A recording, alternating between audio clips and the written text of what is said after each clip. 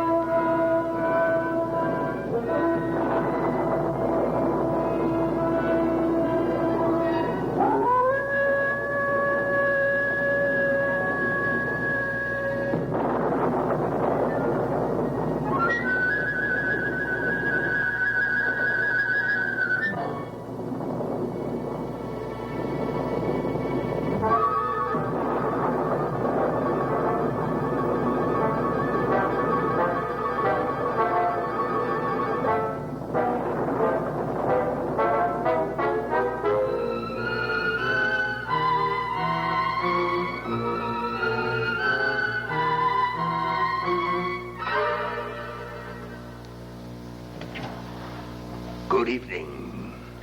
The humid monsoon canticles a clarion in 1,000 hollow voices of soprano, baritone, basso profundo, contralto, and tenor. And it is a great cacophonous klaxon that vibrates with shocking persistence on the diaphanous drums of our audio receptacles. And tiny nerve ends are sensitized to the message and relay it with urgent urgency to the cortex of our brains. Little bells peal. So do a few great sonoras. Tiny gongs jingle. Whatever tiny gongs do to get the kicks. And one and all become aware that the hour for bountiful bestiality and ghoulish good humor has arrived. Nightmare staunch stitchings is once again at hand. Oh, what a carnal classic we have for you tonight. Might I be so bold, Rodney, as to inquire why you are as a twit as a tipsy titmouse? No. That's just as I suspected. Ha! You are the type that would languidly luxuriate right smack dab in the middle of the vortex of the industrious endeavor. Why don't you feign that pink-cheeked innocence of me, you sly sycophant? Just look about you. Well, this horrendous hacienda of ours, Rodney, our abode is what I'm talking about.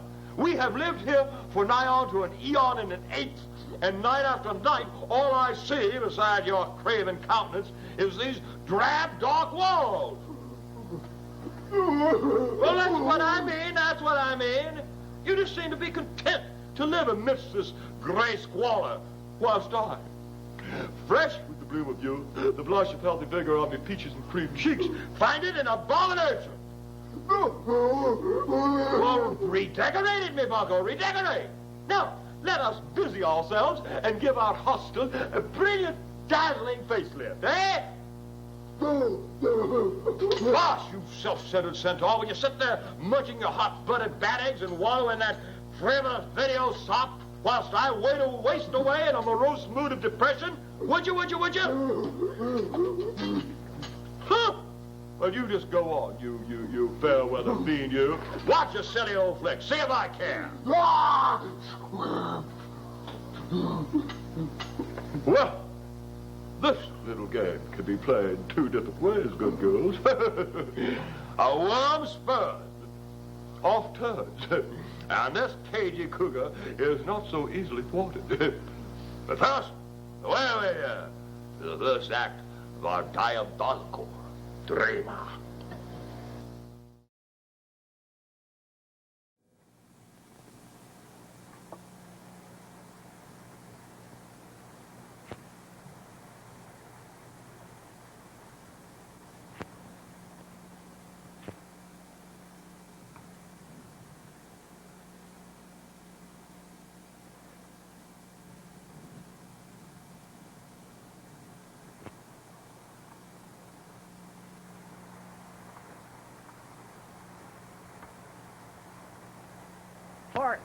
Maury, Professor Maury, come quickly.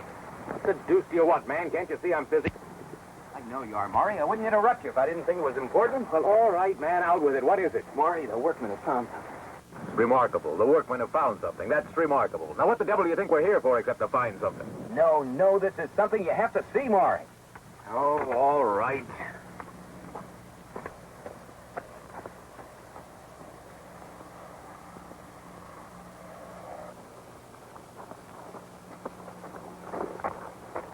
There it is, Maury.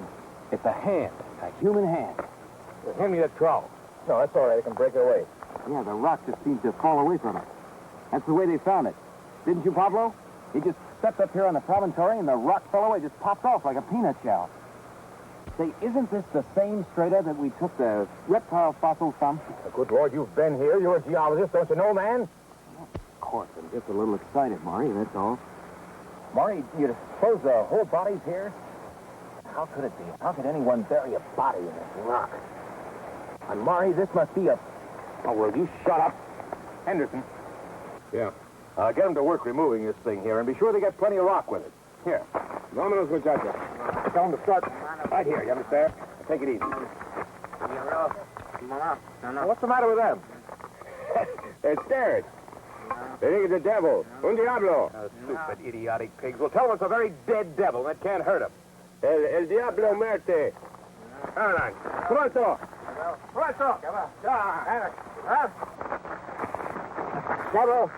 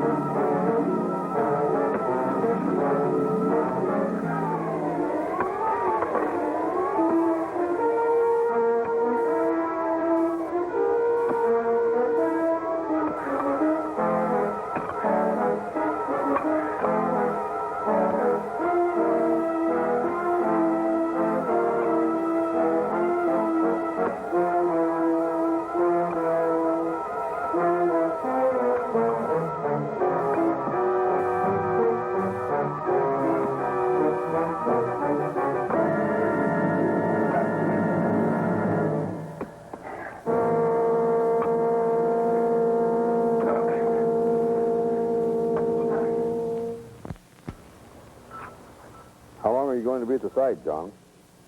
Oh, no more than a few days. Maury called last night and said they expected to finish up the excavation work sometime today. Oh, did it go well? Well, evidently quite well. Maury seemed very excited. They extracted some beautiful specimens, remarkably well-preserved fossils, especially the Cretaceous. But he thought I should be there for the wind-up of things. Fine field and research man, but he's woefully disinterested in the humdrum. You know, crating, stenciling, cataloging, and the like. Probably gives him an excuse not to bathe. Not that I've ever noticed he needed an excuse to avoid that civilized ritual. Now, Ford, he's a dedicated man. Brilliant talents, enormous energy. I wish he'd channel some of those energies into his relationship with his fellow man. Ah, I suspect you've received the Maury treatment, too. Too, continually. Why, confound it, I've met the fellow a dozen times and have had to introduce myself to him every blasted time.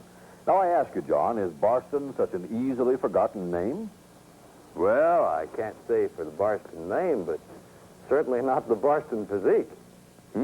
What do you mean by that? Nothing at all, Ford. Have another drink. I haven't finished this one yet. Fine. You were saying? Oh, yes, Maury. Why, do you know that when I speak to him, pleasantly, mind you, the fellow just grunts and looks away. He won't even look at me. Well, diplomacy certainly isn't his long suit. That's true. No, I should think not. Lord knows I've had enough experience dealing with you scientific ducks to endure all varieties of abnormal behavior. But this is the first one I've encountered that seems to have the lack of power of speech. Some of you have difficulty communicating, all right, but most of you can muster a hello or a goodbye. Not necessarily at the appropriate time, I might add. Now who's being facetious? Well, I only hope some of his bad manners haven't rubbed off on young, what's his name, the fellow that's with him. Randall. Creighton Randall. Yes, Randall, that's it. Now, there's a young man that impressed me. A very bright, very pleasant chap. He's very personable, and he can learn a lot from Maury, especially in the field. I just can't see how you place all that faith in him, John. Confound it, I like a man who can look me dead in the eye. Now, you can tell what sort of a fellow that type of man is, but this furtive, shifty acting type... And that, Mr. Barston, is why you retain me. I do it, then you don't have to. Oh, come on, Ford, don't sit there smoldering. As soon as we get back, I'll start Professor Maury on a crash refresher program on the handling and ego-nourishing of the museum's board of directors. Specifically, its chairman, one Ford R. Barston III. Or is it the fourth? Now, confound it, John, now you're making me seem pompous. Ford, you are pompous. I, pompous? Well, by Godfrey, I don't know if I appreciate that. I've never felt that I was overly impressed with my importance. In fact, if anything, I feel... Are we interrupting anything? Yes, thank heaven. Ford was about to soar into a discourse on one of his many virtues, I think. At least I ask you, how do you tolerate this fellow? I have no choice, Mr. Barston. That's the curse of being a younger sister. I try to bear the stigma as gracefully as possible. Well, I'm glad to see that at last there's someone in the world besides me who can see behind the mask of respectability the scoundrel wears. Good for you, Elise. Assassins, you're both assassins. Ford, have you met my assistant, Paul Benson? I met Mr. Barston at the Marshall Foundation tea. It's good to see you again, sir. Oh, yes, of course. Good to see you, Benson. I know his name, confounder. Yes, good to see you again, Benson. Real pleasure. Everything ready to go, Elise? As you commanded, sire. Bags packed. Here are the plane tickets, and the car outside to take you to the airport. You're a very efficient young lady, Elise. Very efficient. It's a good thing you are, because what are you all staring at me for? Why, you were telling me you were the expert on the vagaries of behavior of scientific ducks like me. Don't you know? We're ready to go. But I haven't finished my drink yet. Generosity is my finest virtue, Ford. You may take it with you. You see what I mean, Elise? I do. He's incorrigible. Ford. Oh, all right, but I won't take your blasted drink with me. Good. It's high in calories anyway. Let's see if I have everything. Papers in the briefcase. Airplane tickets in my pocket. Luggage in the car. Come on. The plane leaves at 2:30, and it's 2 right now. Oh, all right. Just a minute. Well, confound it, you rushed me through my drink, and now you aren't even sure you're ready. Come on, brother dear. You have everything. All right, all right. Oh, Benson. Say, if you get the opportunity down there, see if you could arrange to have this abomination of a museum director deposited in some nice deep hole, will you?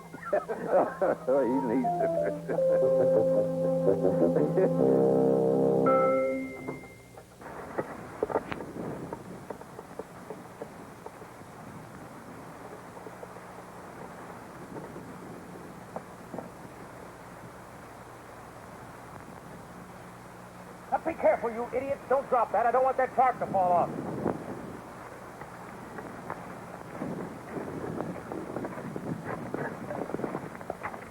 Henderson, here. Take your tape. We'll bring it in.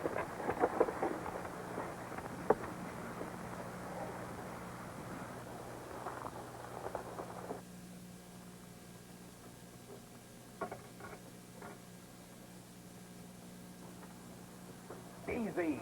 Don't drop it, you idiots. Easy. All right, Henderson, get him out of here. Okay, hombres. On and us. Henderson, Yeah. take him back to town and pay him off. What about the crating and the loading? Look, you just do as you're told. Now, Randall and I will take care of the crating. You just get your truck back here the day after tomorrow morning. You understand? You're the boss. Well, what are you waiting for? Is that thing a man? Yes, it seems to be some sort of a primitive man. It's nothing out of the ordinary, though. You know, mummies are being excavated from this part of the Southwest every day from Indian burial mounds. You know that. Yeah. Well, I'll be back the day after tomorrow morning, as early as possible.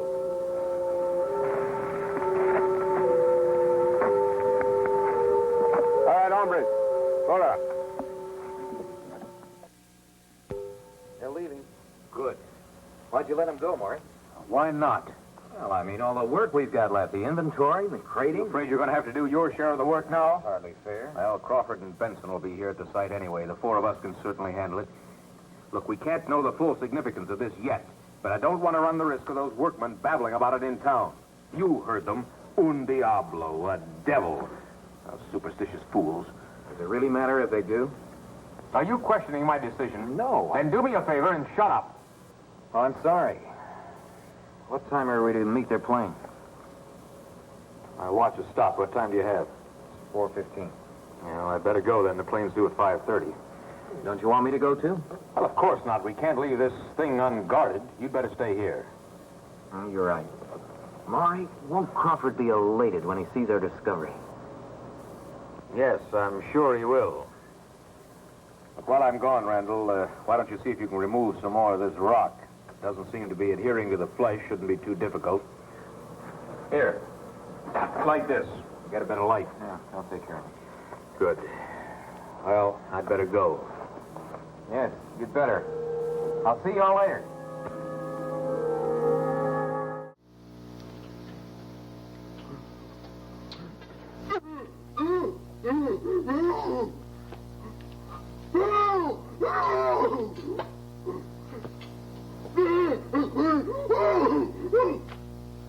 Will you please remove your grubby digital extremities from the nap of me nubby tweed, sir? Tut, you nervous knave. I know the simpering satyrs are back with us, but like you, Rodney, I care not one whit. Like you, I shall indulge myself in my own self-centered interests. No. You're right, Rodney. You're right. One passes through this veil, but only 3 or 4 times. And one should do nothing but what one wants to do, shouldn't one? You turn it off? Oh, well, that's more like it. You know, I always suspected, Laddybug, there was at least a tiny flame of human kindness sputtering somewhere in the recesses of your chest cavity. Steady, you stout, steady. Now, Rodney, before we become whirlwinds of industry, let us partake of a smidge of intelligence concerning our commercials, writers, growers, tips, whatever you want. Dr. Crawford, Benson, over here.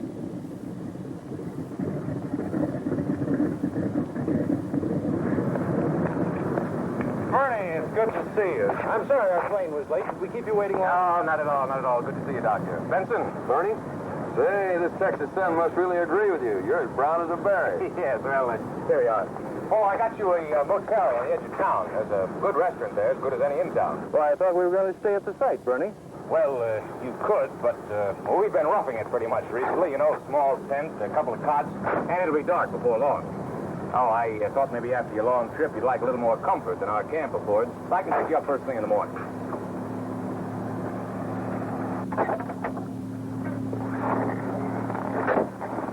Well, perhaps you're right. Randall stay at the site? Yes, he thought it'd be best. Guarding the treasures, huh? Yes, you might say that. I think you're going to be very impressed with the specimen, Doctor. Well, I'm sure I will, Bernie, but I must confess I was looking forward to seeing them this evening. Well, you forced me to admit something, Doctor. You know me. I've kept myself and Randall so busy with the excavating that, well, I'm afraid the details, the cataloging, is pretty much of a mess. Matter of fact, that's why Randall stayed, to try to get some order into it. I know, Doctor. You've told me before. Detail work certainly isn't my strong point. True enough, Bernie, but you know that makes no difference to us. Please, Doctor, indulge me in this. I desperately want you both to be impressed. No, I have to admit, a good meal and a night's sleep sound just fine to me. Let's go pick up the luggage.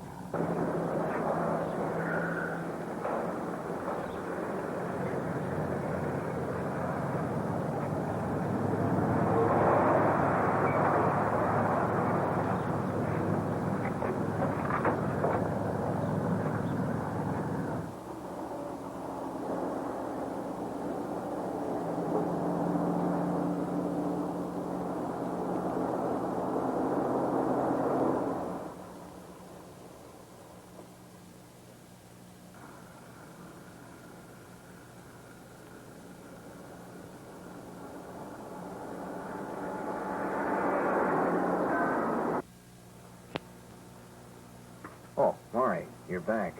Where are Benson and Crawford? They decided to stay in town. Tired, I guess. I'll pick them up in the morning. You've made good progress. Yes, you were right. The shale literally falls away from it. Well, that's odd. I would have thought Crawford would have been hard to restrain after you told him about finding the body. Oh, you got any coffee made? I haven't eaten yet. On the camp stove. You did tell him, didn't you? No. For God's sake, why not? I wanted to surprise him. I wanted him to see the body after we had it completely extricated. And we'd better get at it if we're going to get it done. What are you staring at me for? Nothing, Maury. Nothing at all. I just can't figure you out. I would have been bursting to tell Crawford about our discovery if I were you. Fortunately for me, you're not. Now, let's get to work.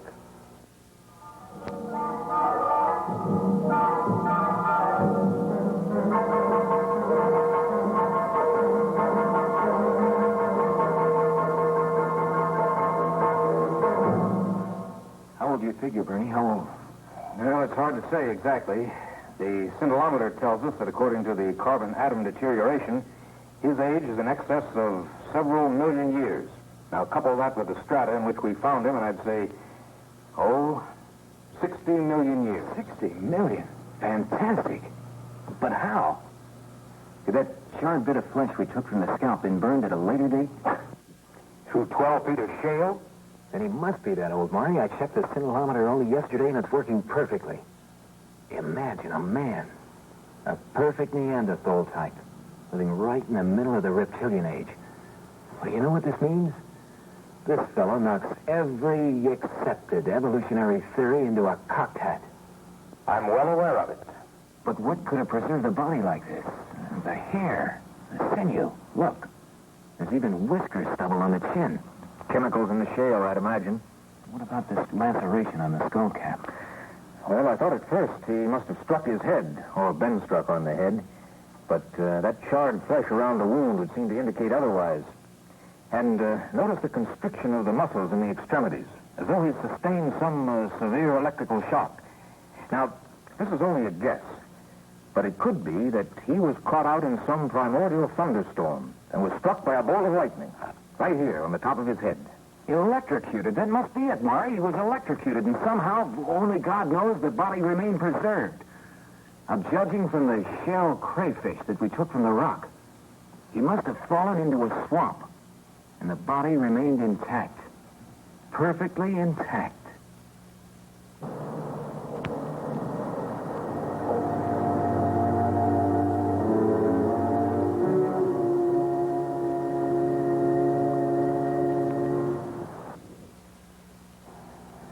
Well, we spent a good part of the night. It's 2:15. Yes, we'd better get some sleep. I promised Crawford we'd pick them up early this morning. You know, I can hardly wait for Dr. Crawford's reaction when he sees our reptile man. He's not going to see him. What do you mean he's not going to see him? Exactly that. We're not going to tell him we found it. Why, Maury? Why? Good Lord, man, don't you grasp the significance of this? That corpse is going to revise all scientific thinking as to man's first hour on the evolutionary timetable. Darwin be damned, Randall. This is going to be the new anthropology. Oh, of course I get the significance of it, Maury, but why keep it a secret? You're a naive fool, Randall. This thing's importance demands more than its gathering dust in some dark museum alcove. It's worth a fortune. How? Exhibit it. Exhibit it? Like a carnival freak? The Javanese merman and a bottle of alcohol, the two-headed boy? Is that what you want? We're scientists, Maury, not cheap con men. Besides, it's not ours to do with what we want. We found it, didn't we? We broke our backs these months in that abominable heat. We've earned it, Randall. Well, you can count me out. I want no part of it. What are you going to do? Well, I'm not going to tell Dr. Crawford about this conversation. But I am going to tell him that we found it. No, you're not, Randall. I'm not. Listen.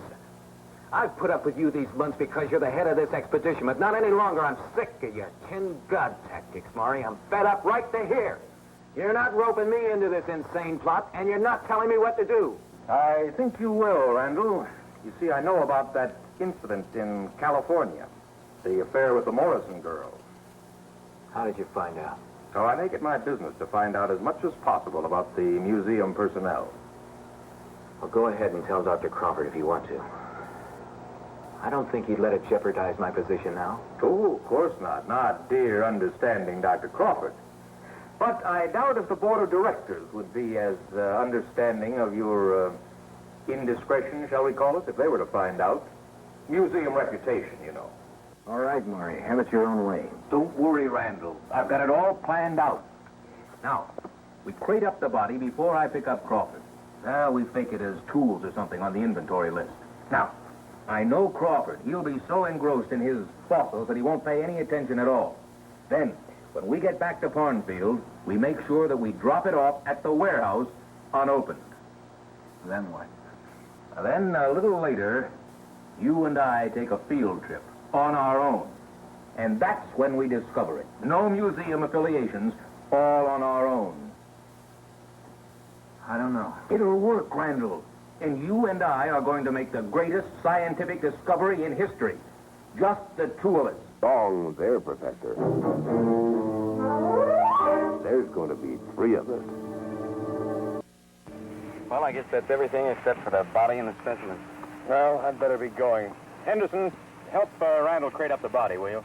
Unless that runs contrary to your newly acquired status. Well, I'm just along for the ride. You can call the shots.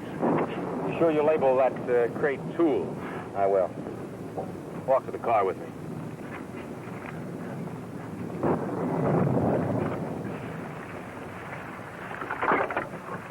Looks like rain. Filling up there. Well, be sure you've got the tarp on tight. Look, do you have a gun? What in the world for? Here. Take this. Henderson's up to something. He's been acting too cooperatively. You know, the stakes are too high in this for him to be botched up by him. So take this and put it in your shirt and use it if you have to. Go ahead, take it, put it in your shirt. It won't burn you. Be sure you get that body crated up. Are you listening to me? Yes, I heard. All right, I'll be back by noon.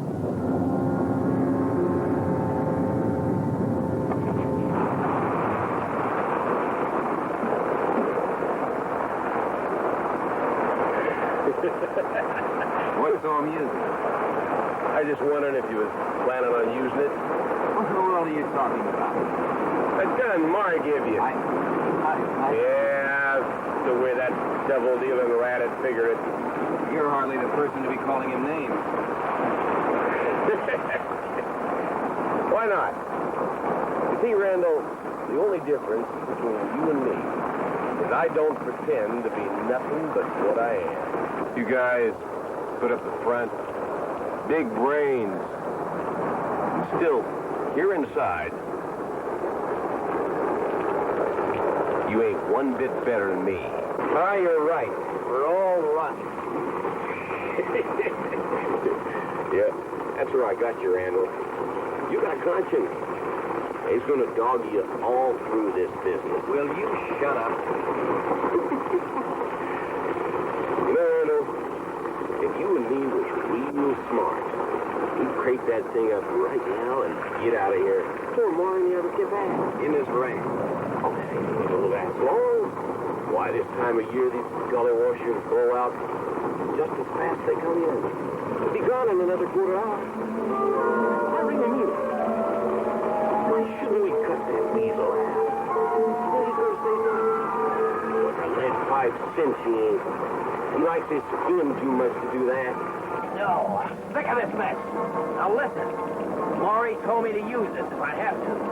So don't push me, Henderson. By heaven, I will use it if you give me any trouble. You would? I believe you would. You're that scared. Yes, I'm scared. And I'll use this if I have to. Now, come on. Get in that tent and let's get that corpse crated.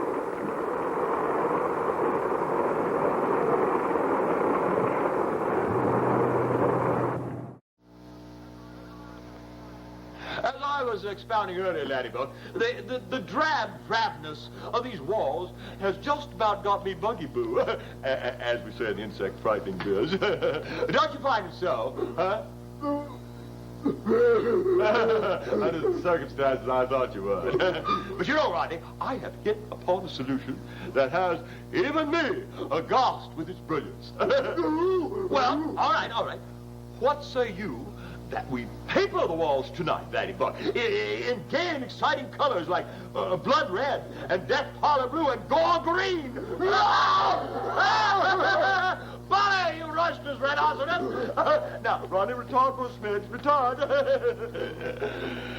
Hail, vicious, venomous vicunias. Depart, the final act of our celluloid classic. And we shall see you anon. Where are the workmen? Oh, we let them go yesterday. Have a little surprise for you. We crated all the tools yesterday and loaded them before we picked you up this morning, all ready to go. Well, I'm elated, Bernie. The specimens are still unpacked. Oh, yes, of course. We've got them tagged, but I thought you'd want to see them first. Who's that by the truck? That isn't Randall. No, that's Henderson, Pug Henderson. He was foreman of the work gang. That's his truck. We kept him on to help with the loading. Get Randall. Henderson! Good Lord!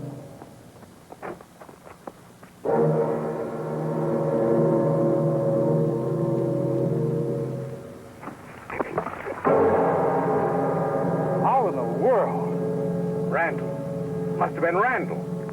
Paul, get a tarp and cover this poor fellow. Yes, sir.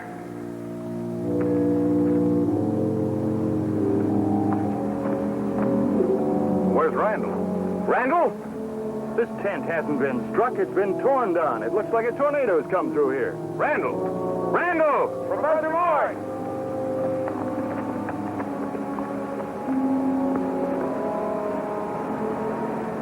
There's someone over there.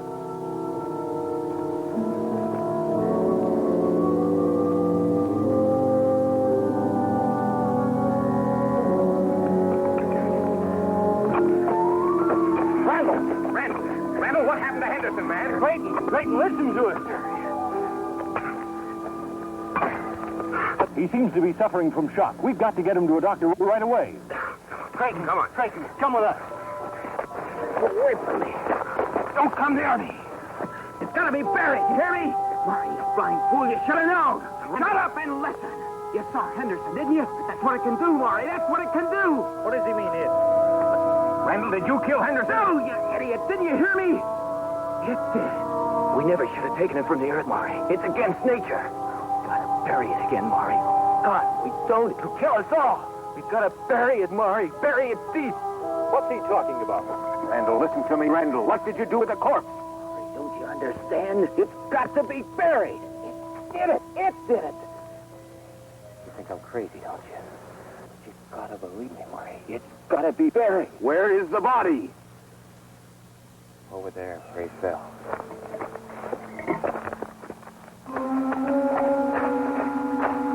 Is that what Randall was talking about? Yes. Good Lord, Bernie, it looks like a... Now, go ahead, say it. You'd be right. That's the body of a prehistoric man. And fantastic as it seems, we took it from the same strata as the reptile It's dead now. And we've got to get it back in the ground, do you hear? We will, Randall, we will. But you need medical attention. No, it's got to be buried. I promise you, Randall, we will bury it. Maury and I will bury it for you, I promise. Now, will you go to town with Paul, please? Good. And Paul, get in touch with the sheriff as soon as you get to town. All right. Come on, Creighton. They'll take care of it. Come on. You said you removed this corpse from the same deposits as the dinosaur fossils, Maury. Are you suggesting that this body is that old? I'm not suggesting anything, Doctor. I'm stating a fact. Now, look here. You see that ruptured flesh on the cranium? Yeah. The charred area? Well, Randall and I ran carbon-14 tests on a bit of it. The atomic disintegration indicates its age in excess of several million years. Impossible. Improbable. Not impossible, Doctor. Could there have been a malfunction in the scintillometer? No. We checked it thoroughly. And look here, Doctor. He's a comparatively advanced representative of human evolution. You have noticed the location of where the spine joins the skull. The pronounced evidence of a chin.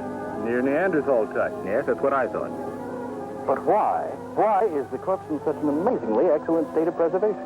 Anything that ancient should be a mass of broken, petrified bones. If not that, at least mummified. Why, these muscles are supple. Its skin is spongy, almost like living tissue. There must have been some chemical properties of the shale that... Well, that's odd. Yes, most odd. No, I mean, when we discovered this body yesterday, the limbs were rigid. Those muscles were all constricted. But now they're completely relaxed. You found it yesterday? Well, undoubtedly the body is starting to deteriorate. We should get it into some sort of refrigeration as soon as possible. Yes, by all means. It hasn't lain down here since yesterday, has it? Of course not. We took it to the tent just as soon as we had it free from the rock strata. Matter of fact, we spent the better part of last night removing the shale from around it. No, Randall must have dragged it down here after he went berserk and killed Henderson. If he killed Henderson. We'd better get it out of the sun. Give me a hand and we'll put it in the back of the station wagon. One of the most bizarre crime stories in Las Mesas County history reached a climax today when a jury of 8 men and 4 women found scientist Creighton Randall guilty of murder in the first degree. Randall had been accused of the shovel slaying of Cletus Henderson, local labor contractor who had been employed by a field party of the Parnfield Museum of Natural History. Randall was a member of that party. The grisly murder followed the momentous discovery of the completely intact body of a prehistoric...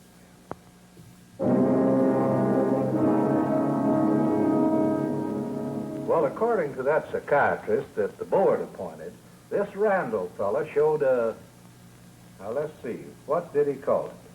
A pronounced psychopathic personality. Yeah, that's it, a psychopathic personality. Then you believe that Randall actually did kill Henderson, Sheriff? Oh, there ain't no doubt of it, Doctor. Used that sharpshooter on him. At times, he seems most rational. When he is, he keeps insisting that that body they discovered came to life to kill Henderson. Yes, and he becomes almost panicky when he senses we didn't rebury it. Now, I don't know much about this, but in that psychiatrist's testimony, he said it was typical, having an imaginary person guilty of a crime that he committed. Now, it seems to me that Randall had his tailor-made in this thing you dug up. The board recommended that he be committed to a state institution for the criminally insane. Will that be here? No, sir, I think arrangements are being made to send him back near his home. Good, good. You have our address, Sheriff, if you need us again. Yep, but I don't think we will. Say, where's that other feller, Maury? He's at the freight office making arrangements for the shipment of our specimens. However, we are going to fly the prehistoric body to the museum. Can't afford to waste time. Let me ask you something, Doctor. It ain't none of my business, but is this body you dug up that all-fired important? Well, the mere fact that the flesh is so well preserved is remarkable in itself. But if its age is confirmed as being contemporary with the dinosaurs, it'll be a most momentous discovery. By the way, Sheriff, I'd like to thank you for clearing our crates for shipment so quickly. We appreciate that. Why, there wasn't no need holding them. Say, that caveman. You know, that doggone thing looked as much like a monkey as it did a man. Sheriff, you come to Arnfield sometime, and I'll show you some reconstructions that make this fellow look ultra-modern by comparison. That one's enough for this old boy. Sheriff, I wonder if I could speak with Randall before we leave. Well, I don't know. He ain't making much sense. We were very close friends. Well, I guess it's all right. He's in room 302. So, you just give this to the guard outside his door there, and he'll let you in. But listen, if that feller gets violent, you yell for him. You understand? I shouldn't be letting you do this in the first place. Well, thank you, Sheriff. It's quite all right. I think everything will be all right. I hope you'll be all right. Sure you will, too. You've been most cooperative, Sheriff. Thank you very much. Glad to be able to help you fellas, Doctor. Come back. I'll meet you at the car in about 10 minutes, Doctor. Fine, Paul.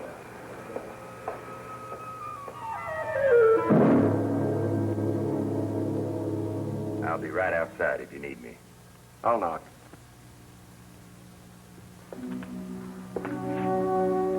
Crazy. It's Paul. Have they buried it yet? Yes? Yes, it's buried. Thank God. It could kill again. Look, Creighton, can you tell me more about this thing killing Henderson? Why? You don't believe me, do you? Of course I believe you. Watch Maury. Maury? You don't know about Maury. Nobody does. But I do. Yes. Yes, I will. Now, tell me how that corpse could have killed Henderson. The lightning. It's got to be buried before it storms again.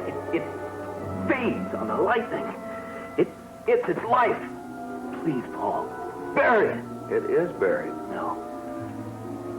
Let it get Maury first. That despicable vermin. Let him steal it like he planned to do.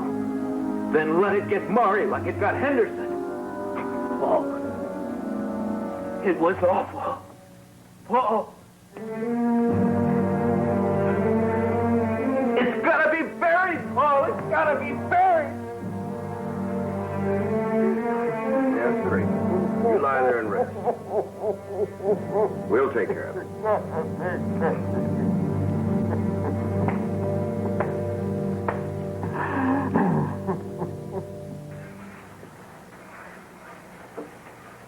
Down here, Paul.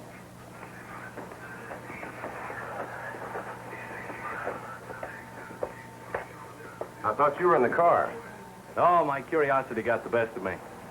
Tell me, do you believe there's more to this story than we know? No, I suppose not. But I'm not sold on that psychiatrist's conclusions. I find it hard to believe that Randall was capable of committing such an atrocious crime, no matter what his mental state. Well, who then? You certainly don't think that body came to life and did it. At this stage, I just don't know, Doctor. Could Maury have done it before he came to pick us up? No. The time of death set by the coroner eliminates that possibility. It's just that, well, at the time we found Randall, he seemed more hysterical than insane. Though he'd just been confronted with some indescribable horror. Is he more rational now? No, not really.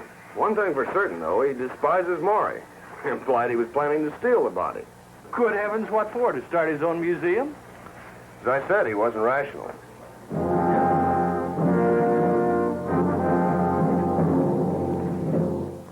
By George, I just can't get over you finding this, what do you call this thing? Oh, we haven't even taken time to think about a name for it yet. Newspaper boys have come up with some colorful ones, though. What was that one in this morning's paper release? Let's see. Sorry, a man makes monkey out of evolution. Did you see tonight's? Which came first, the monkey or the man? Ouch. That should make some of your colleagues bristle, John. You think it hasn't already? Why, no less than 10 of our leading paleontologists have demanded that I prove its age. You are certain, aren't you? Have you no faith in us, Ford? Well, yes, but I... Well, put your mind at ease. We are sure. Maury and Benson and I have been burning the midnight oil for the past 3 weeks just to be certain. And every possible test has pointed to one hard fact. That body is definitely many millions of years old. Now, how do you explain a man who should have lived, how many years ago? 50, 60,000? Yes, how do you explain his being contemporary with the dinosaurs? Now, that's the question we were afraid you'd ask. We don't explain it. How could we? Why don't you all continue this discussion in the living room while Grace and I clear the table?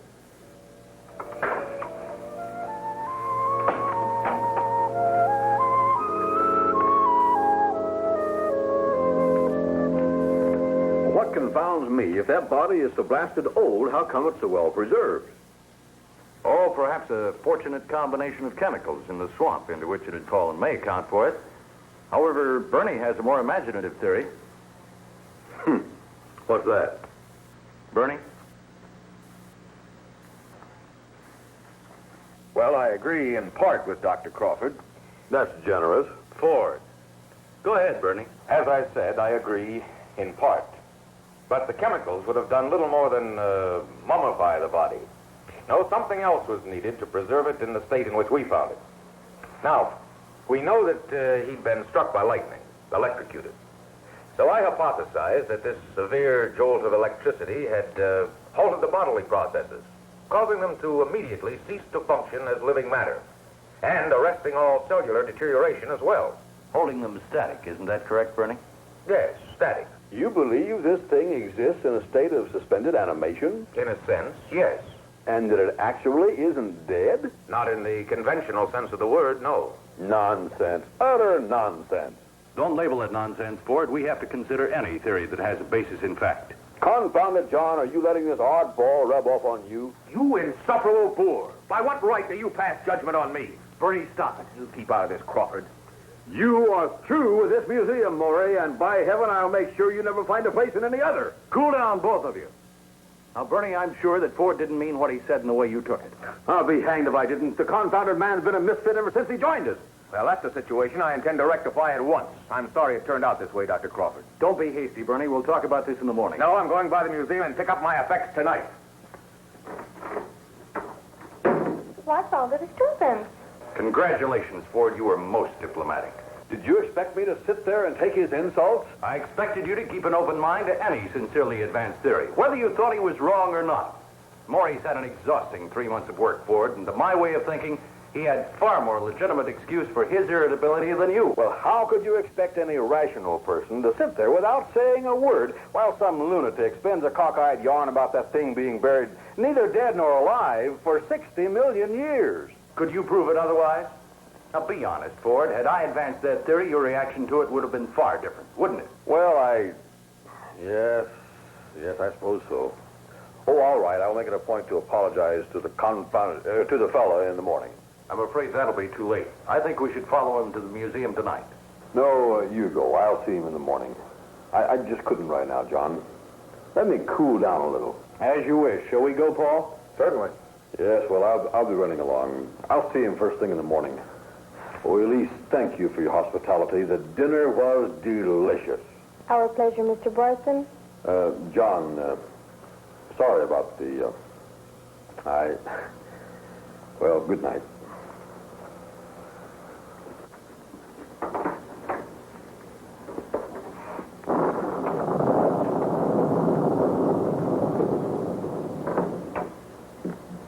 What in the world happened? Mr. Barston and Maury crossed swords.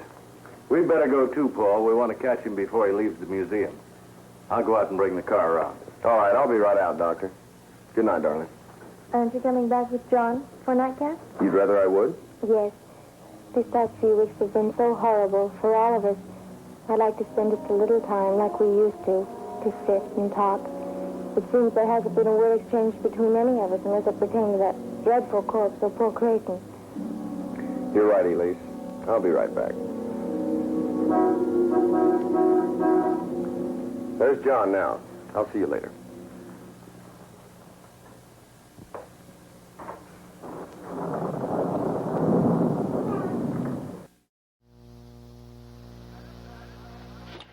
Now, listen, are you familiar with the wallpaper hanging office staff? Then you confounded kumquat.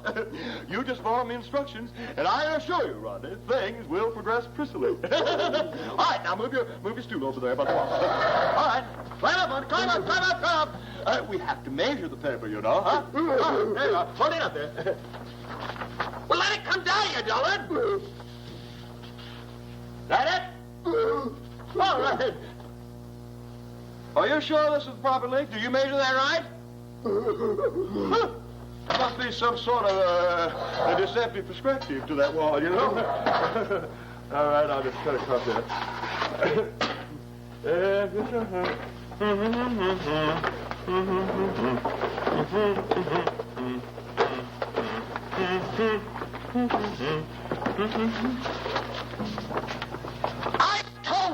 I told you it'd be too short, and you're just doing that on purpose. Now don't you start that crossing your heart stand again. Now you do the pasting and I'll do the measuring. All right, get over there. I'll show you how it's done. There. Cut it right there. Right there.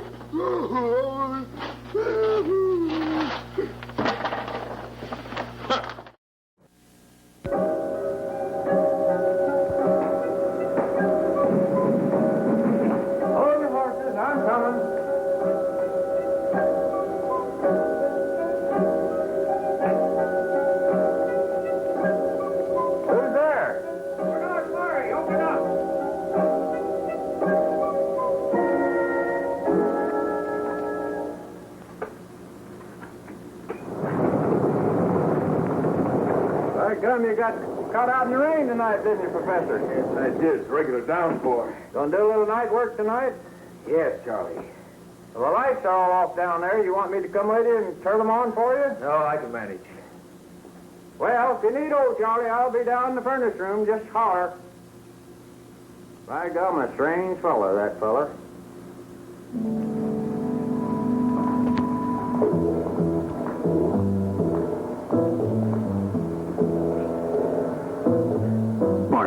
that fat fool.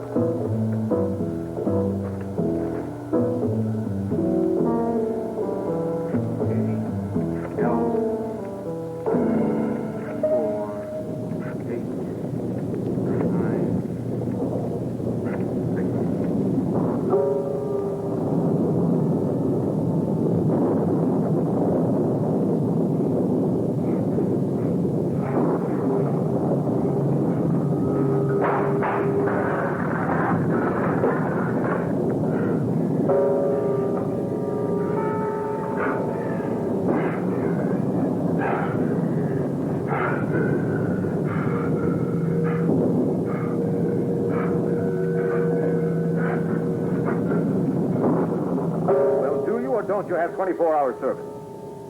Well, all right, then. I need a truck at once. What? 2 hours? Why 2 hours? Oh, damn the storm. What? Well, when? Now, look, I'll give you double the usual charge.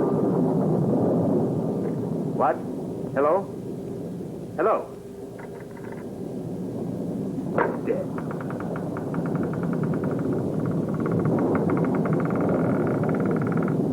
Charlie? Is that you, Charlie?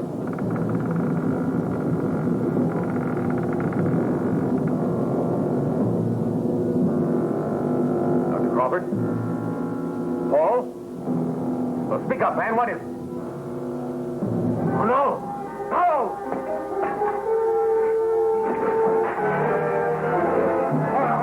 Oh, please!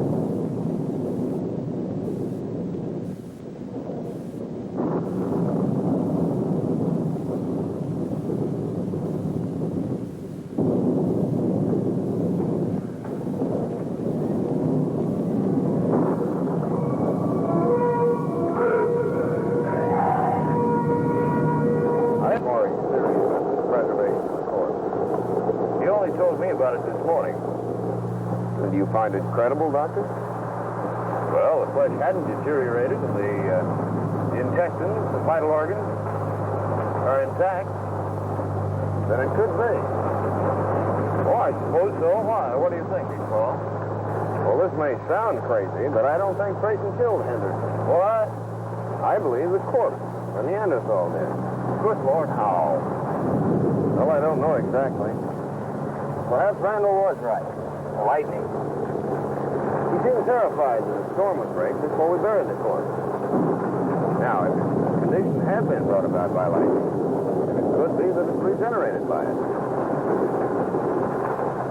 What do you think? Could this be possible? I don't know, Paul. I just don't know.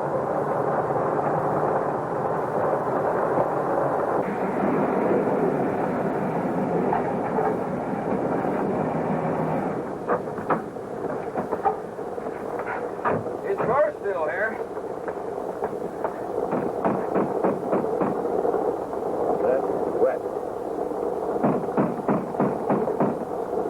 Charlie must be down in the basement. Do you have your keys, Paul? Yeah, I think so. Right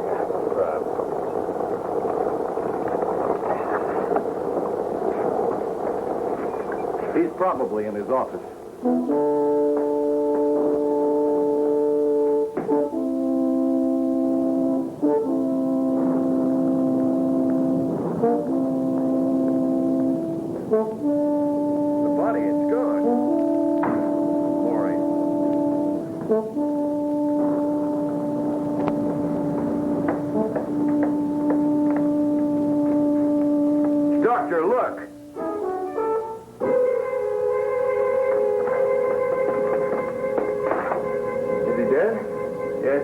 broken.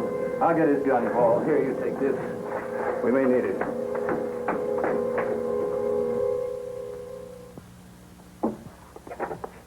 Good Lord.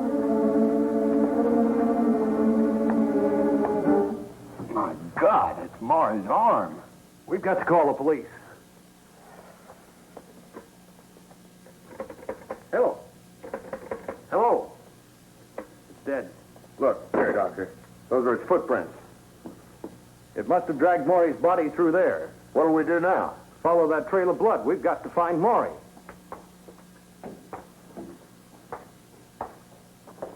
Hadn't better go for the police? No, I think we better try to find Maury first. Then you can go for the police. Me? Hadn't we both better go? No, I think one of us should stay here and try to keep that thing in the building. The service door is the only one that's unlocked, isn't it, Paul? Yes, as far as I know. But, Doctor, one of us is no match for that thing. This gun is our equalizer, Paul. Let's lock the service door, then pick up that blood trail. I'm sure it'll lead us to Maury. Pray God he's dead. We'd better not separate till then. This beast kills like a wild animal, but it is human. And as such, it'll have a certain degree of predatory intelligence.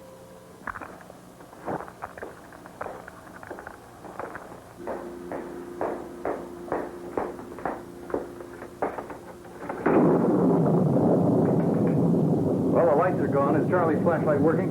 Looks all right here, Doctor. That should do. Let's pick up the trail again. From the looks of this, Maury doesn't stand a prayer.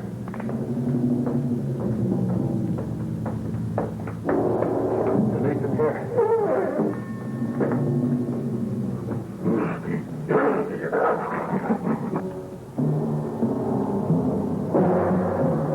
Here, hold the light, Doctor.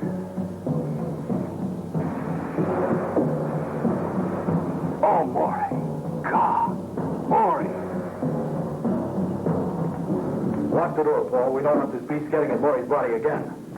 You thought the possibility might be carnivorous? Yes, and we'd better recover Charlie's body and lock it in my office until we can contact the police. Let's go.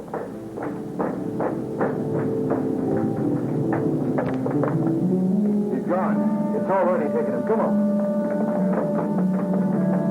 He's dragging through there. This pistol's loaded. Let's go. There it is.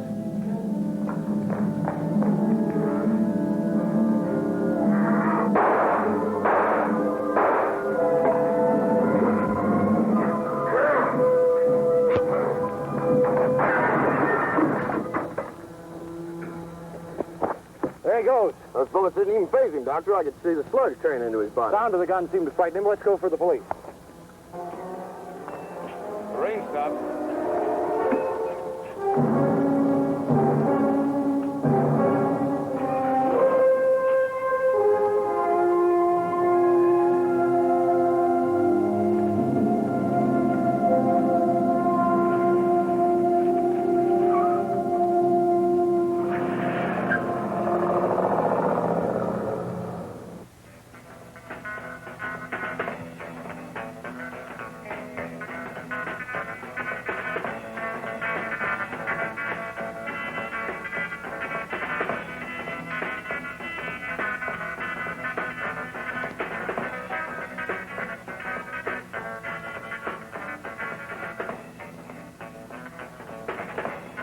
Stop it, Jerry.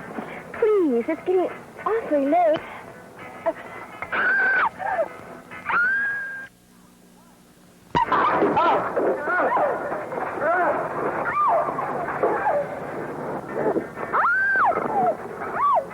No! No, please, for God's sake, no!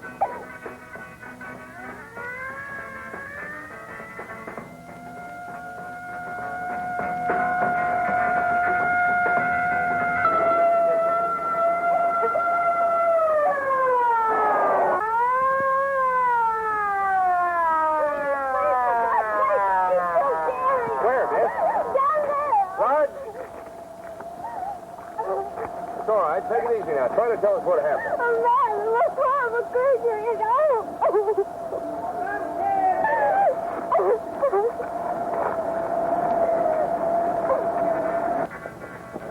Got the boyfriend over here. Skull crush. Look here. These that thing's footprints? Yes, theirs would be. They lead off over the woods over here. Another patrol car? Dispatcher must have sent down unit. Do you think that thing's headed back to the museum? I would imagine so, yes. Raj, go up and tell. Wait a minute. Here he comes now. Dispatcher tell you what you're dealing with? Yeah, as much as he knew. All right, get back up on that road and take that girl back to town. And hop over to the Cornfield Museum just as fast as that car will take you. Go around to the service door. It's unlocked. Raj, you come with me. We're going to track that thing back through the woods right now. We'll go with you. All right. Here. You know how to use it? Raj, give me your shotgun. Everybody ready? Let's move out.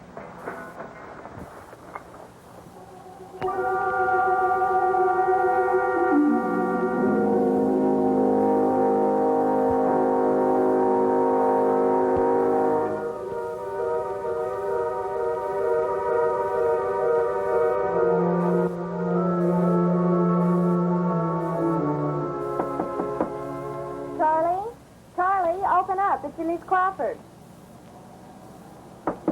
Charlie?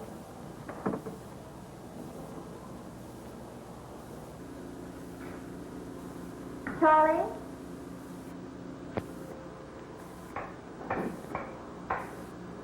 Bernie?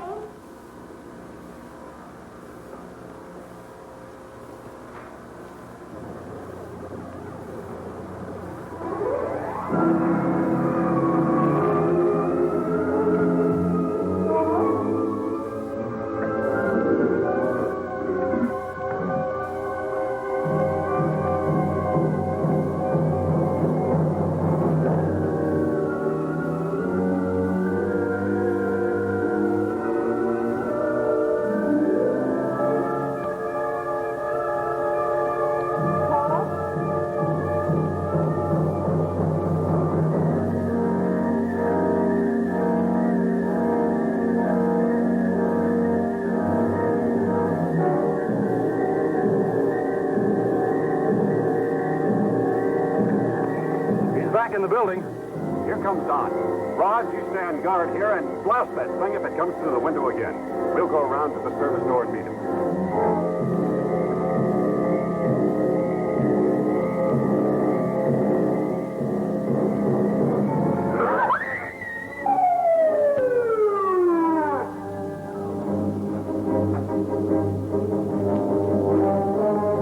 What held you up?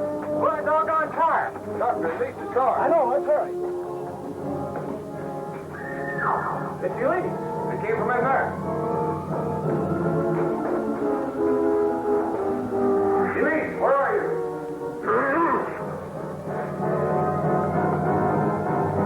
She's got Elise. Hold your fire. You might hit her.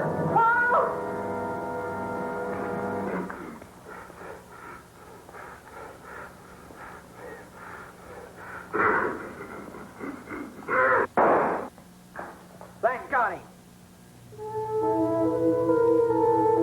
How? He took the full blast. I'm afraid our weapons are completely ineffectual. They can't harm him. What do you mean? I don't know for sure, but these guns can't kill him. See those wounds in his chest?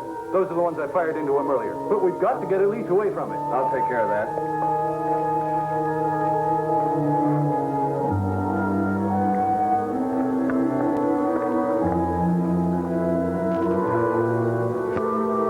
Looks like you're wrong, Doctor. It is dying. I'll finish it off. No, wait. You'll only mutilate the body. He's not dying. What's wrong with him? Well, we know the electrical storm reanimated him, Paul. Now I believe the energy he received is just about dissipated. Wait just a moment, officer. We'll be able to take him without resistance.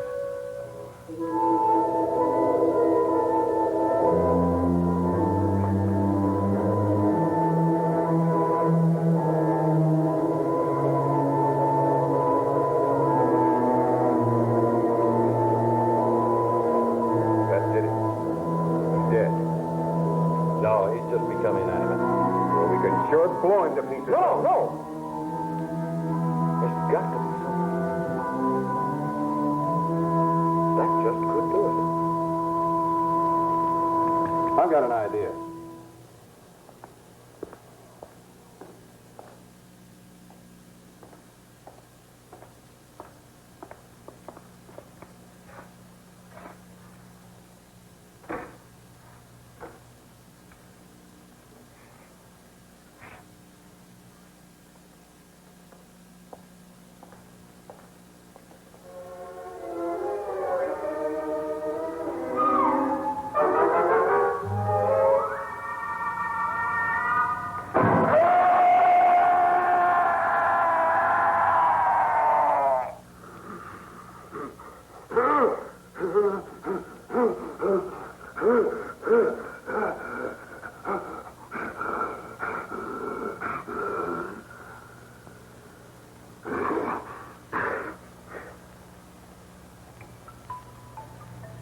Now, finally, it is dead.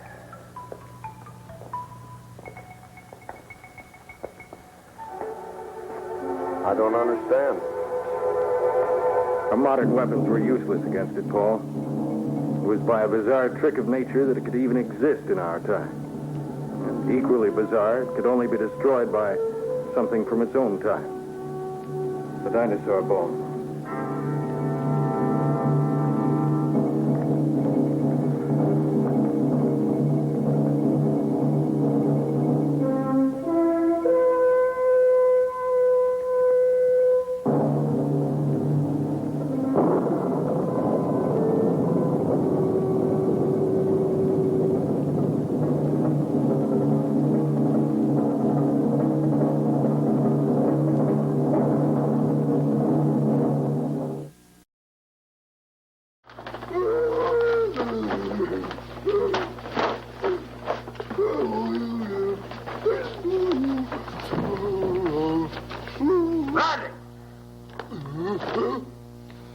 I shall try to maintain a calm that will rival the Sphinx of the Mona Lisa. You missed the wall, didn't you, laddie? But They got that plastic all over me. How do you like to have that stuff stuck on your face, huh? Touche, you tittering clod, touche.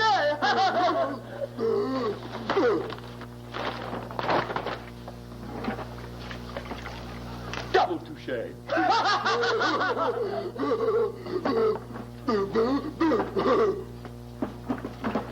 Ha! And ha! Again!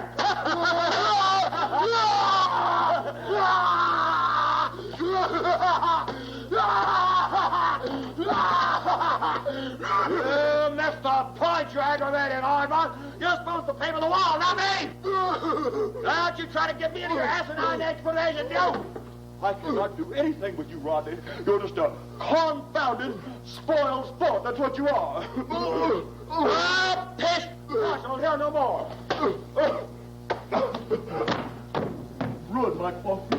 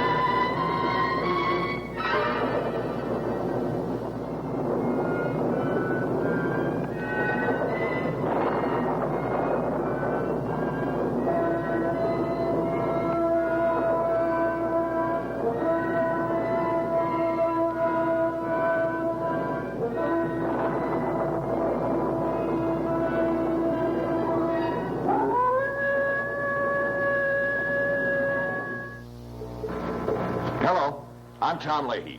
And I'm Jim Herring. Now, together, we're Rodney and the host.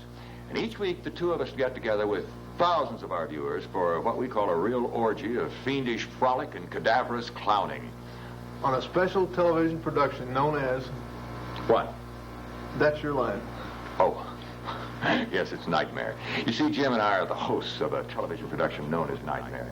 It's an independently produced, syndicated program featuring some of, well, the classic horror movies and presented within the framework of what we think is an unusual and entertaining format. Now, we're offering this program to stations around the country on a syndicated basis beginning this month. So read more about what we're doing and what kind of audience response we're getting in the enclosed material our representative is carrying with him. Hey, Tom, it's time. For lunch? No, you know what I mean. Sure I do, James. I sure do. And I suggest that you just sit back and relax a few moments as we view an excerpt from Nightmare. Now, we hope you enjoy it. But first, Jim, we've got to do our magic thing, okay? All right?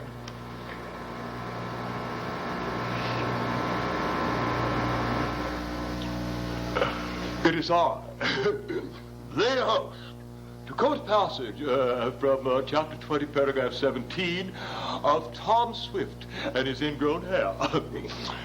The play's the thing, wherein we wrap the conch shells in the ring.